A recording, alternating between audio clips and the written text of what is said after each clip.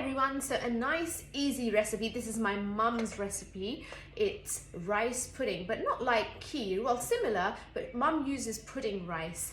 But this is quick and easy. All you need is pudding rice, milk, sugar, and a little bit of double cream. And then if you want to add things like raisins or pistachios or a few strawberries to garnish, that is absolutely fine. So what do we do to begin with?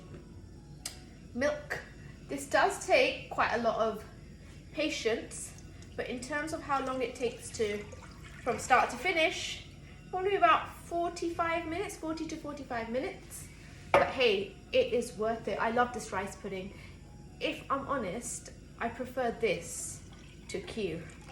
So what we're gonna do is leave this milk to come to the boil, and just before it's boiling, we'll get our pudding rice in, and our pudding rice looks like this. I'll show you the packet as well. So let's wait for that milk to come to the boil. Right, my milk is just about to come to the boil. I'm just going to slightly lower the heat. And in the meanwhile, what I also did is just washed my pudding rice as well. You don't have to leave it soak or anything like that. Just washed is absolutely fine. So now I'm going to go in with my pudding rice into my milk. This, and let me just show you the packet of pudding rice as well. That is what pudding rice looks like, so that's what you want to use. And now on a medium heat, all you're doing for about 20 to 25 minutes is just cooking the rice and the milk, or boiling the rice and the milk together. Really important that during that 20 to 25 minutes you keep stirring. You don't leave it for a minute or so and then come back, because you don't want the milk to catch the bottom. So this does take patience, but a key tip is just keep mixing. Okay, so my rice pudding has thickened. I've given it 25 good minutes and I've kept on stirring it, so I've got a bit of arm ache, but hey, the results of this are totally worth it. Okay, I've got some sugar here. Now I'm not putting much sugar in this, but you can put your sugar to taste. Of course, on all my recipes I'll put all my ingredients and the method underneath my videos, so you can follow that, but I've kept it a little bit low in sugar, not kind of too much sugar. But I'm now going to give this another 5 to 6 minutes and keep stirring, and it will start to thicken up even more. If it does get too thick, you can add a little bit of a touch of milk towards the end, but this is looking good so far.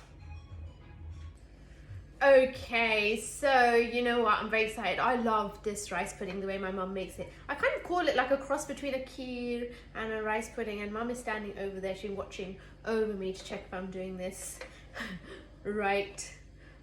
So this is actually thickened up. She checked it as well. She said it's perfect now. I didn't need to add any more milk.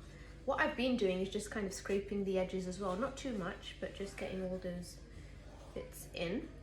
And now just finishing touch with some double cream, just to give it that nice thick texture as well. And that's quite a lot of rice pudding there, so enough for about at least 4 or 5 portions. Well, if you have the portion sizes that I have, then maybe 3 or 2.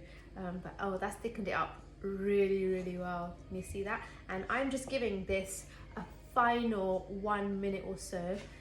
In fact, at this stage, if you were adding things like your pistachios and almonds crush, then they would go in right now.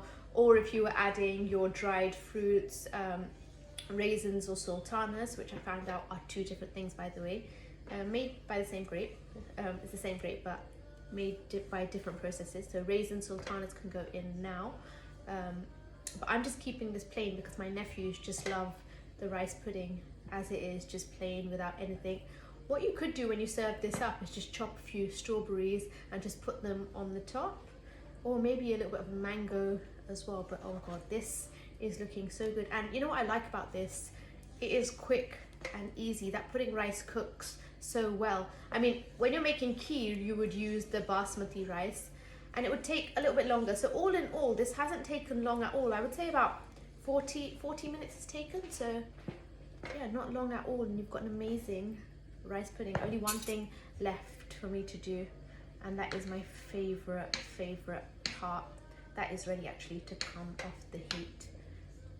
I will share pictures of my rice pudding presented with you as well on the page. There it goes.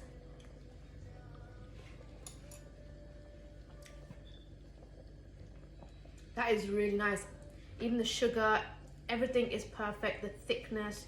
Right, I am going to switch that off because even when you switch the heat off, it will still thicken a little bit. So let me move that there and let me hold it up so you can see the rice pudding. That just doesn't do justice. I've got to present it in a bowl and show you. I hope you've enjoyed that recipe, and I'll see you again soon for another recipe. In the meanwhile, stay safe and stay healthy. Bye bye.